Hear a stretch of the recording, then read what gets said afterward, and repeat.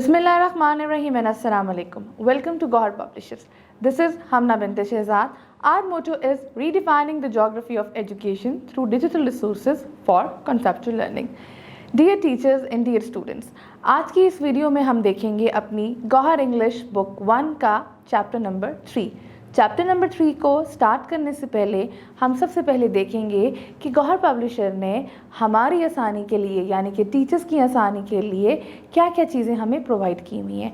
अगर आप गौहर पब्लिशर की वेबसाइट पे जाएं तो वहाँ पर आपको इन तमाम बुक्स की स्कीम ऑफ स्टडीज़, इनके लेसन प्लान्स, इनके टर्म पेपर्स, इनके क्वेश्चन पेपर्स और इनकी की बुक्स आपके पास अवेलेबल हैं। आप उस वेबसाइट से जो चीज़ आपको रिक्वायर्ड है डाउनलोड कर सकते हैं और उसको एज अ रिसोर्स अपनी क्लास में इस्तेमाल कर सकते हैं।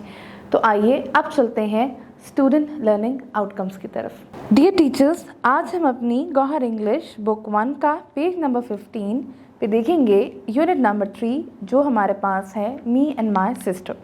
स्टूडेंट लर्निंग आउटकम्स, जैसे कि हमें पता है कि ये हमारे पास वो टारगेट्स हैं जो कि हमने अचीव करने हैं इस चैप्टर को पढ़ाने के बाद। यानी कि इससे मुराद ये है कि जब हम ये चैप्टर पढ़ा लेंगे तो हमारे स्टूडेंट्स को ये चीज़ें लाजमी आनी चाहिए। हमारे पास हमारा पहला लर्निंग आउटकम क्या है? Use pre reading strategies to predict a story by looking at pictures in the text. यानी कि इस स्टोरी में या पोइम में हम जो भी चीज़ पढ़ेंगे उसमें जो भी पिक्चर्स आएंगी, जो भी इलस्ट्रेशंस आएंगी, आप उसको बहुत ध्यान से देखेंगे, बहुत शार्प आई से उसको आप बड़ा कीनली आपने उसको ऑब्जर्व करना है। उससे रिलेटेड क्वेश्चंस हमसे ड्यूरिंग रीडिंग, वाइल रीडिंग या प्री रीडिंग पूछे जा सकते हैं। Recognise and produce individual sounds and blend the individual sounds in a word. यानी कि एक वर्ड के अंदर हमारे पास जितने भी साउंड्स आ रही हैं, चाहे 2 चाहे 3, हम उसको इंडिविजुअली रिकग्नाइज करेंगे, देन उनको ब्लेंड करेंगे। ब्लेंड से मुराद ये है उनको मिलाएंगे आपस में और फिर उसके बाद एक वर्ड बनाकर उसको पढ़ेंगे। Recite the poem with action. जो पोएम हमारे पास आएगी हमने उसको एक्शंस के साथ पढ़ना है। Read aloud 3 letter words with reasonable level of accuracy in pronunciation. यानी कि जितने भी हमारे पास 3 लेटर वर्ड्स यानी कि 3 हरफी अल्फाज आ रहे हैं, हमने उसको करेक्ट प्रोनंसिएशन के साथ पढ़ना है। रिस्पॉन्ड ओरली इन येस और नो देयर लाइक्स और डिसलाइक्स अबाउट द स्टोरी और करेक्टर्स। यानी कि हाँ या ना में जवाब देते हुए आपने अपनी पसंद या नापसंद को मद्देनज़र रखते हुए जो भी सवालात आपसे पूछे जाएंगे आपने उसके जवाब देने हैं, चाहे वो कहानी के मुतालिक हैं, चाहे वो कहानी या पोइम के किरदारों के मुतालिक हैं। Recognise and use questioning words what, who, where, when, why. यानी कि वो वाले हमारे अल्फाज जिनकी मदद से हम सवाल बनाते हैं वो हम इसके बारे में सीख सकें और उन वर्ड्स को आइडेंटिफाई कर सकें। जैसे कि व्हाट से हम बना सकते हैं what is your name, who are you. ठीक है, इस तरीके से। Match common naming words with pictures. हमें कुछ तस्वीर दे दी जाएंगी, उन तस्वीर को देखते हुए हमने उनको उनके नामों से मैच करना। और नेमिंग वर्ड से मुराद ये है कि वो किसी नाम, चीज़, जगह की ही तस्वीरें हमारे पास होंगी, उसमें किसी किस्म का कोई भी एक्शन वर्ब इस्तेमाल नहीं हो रहा होगा। Identify and use words showing possession. यानी कि हम ऐसे वर्ड्स के बारे में जान सकें जिससे किसी किस्म की मलकियत का पता चलता हो।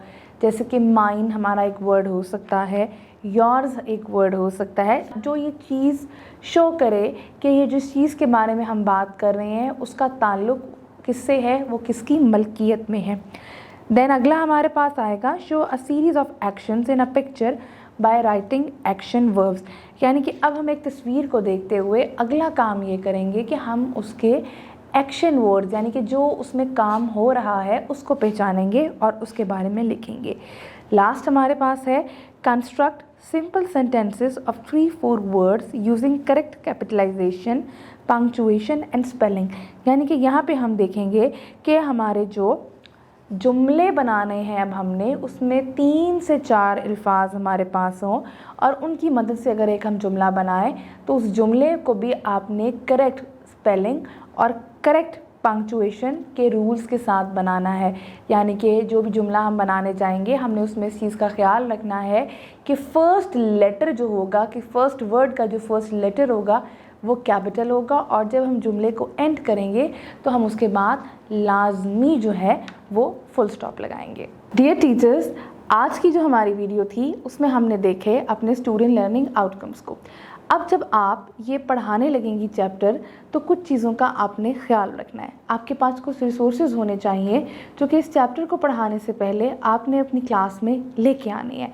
वो रिसोर्सेज आपको हेल्प आउट करेंगे इस लेसन को पढ़ाने में, और उससे आपका जो लेसन होगा वो ज़्यादा इफ़ेक्टिव होगा और बच्चों को ज़्यादा अच्छे तरीके से समझ आएगी। आपने किसी भी फैमिली का कोई पोस्टर या फैमिली से रिलेटेड कोई पिक्चर लेकर आनी है, ताकि हम बच्चों को बता सकें कि जैसे कि हमारे चैप्टर के टाइटल का नाम है मी एंड माय सिस्टर, तो हम उसमें बता सकें कि हमारी फैमिली में कौन कौन से मेंबर्स होते हैं, हमारा उनसे क्या ताल्लुक़ निकलता है, क्या रिश्ता निकलता है। इसी तरीके से इसमें नेमिंग वर्ड्स आएंगे, तो नेमिंग वर्ड्स के लिए आपने कुछ पिक्चर्स के आपके पास फ्लैश कार्ड्स होने चाहिए। कुछ हमारे एक्शन वर्ड्स आएंगे, एक्शन वर्ड्स के हमारे पास जो हैं वो फ्लैश कार्ड्स हमारे पास होने चाहिए। देन उसके बाद आपने बच्चों को जब ये पोएम पढ़ानी है तो कोशिश करनी है कि बच्चों के साथ जब आप ये पोएम उनको रिवाइज़ करवाएं और उनसे रीड अलाउड करवाएं तो विद एक्शंस बच्चों के साथ आप ये पोएम करवाएंगी।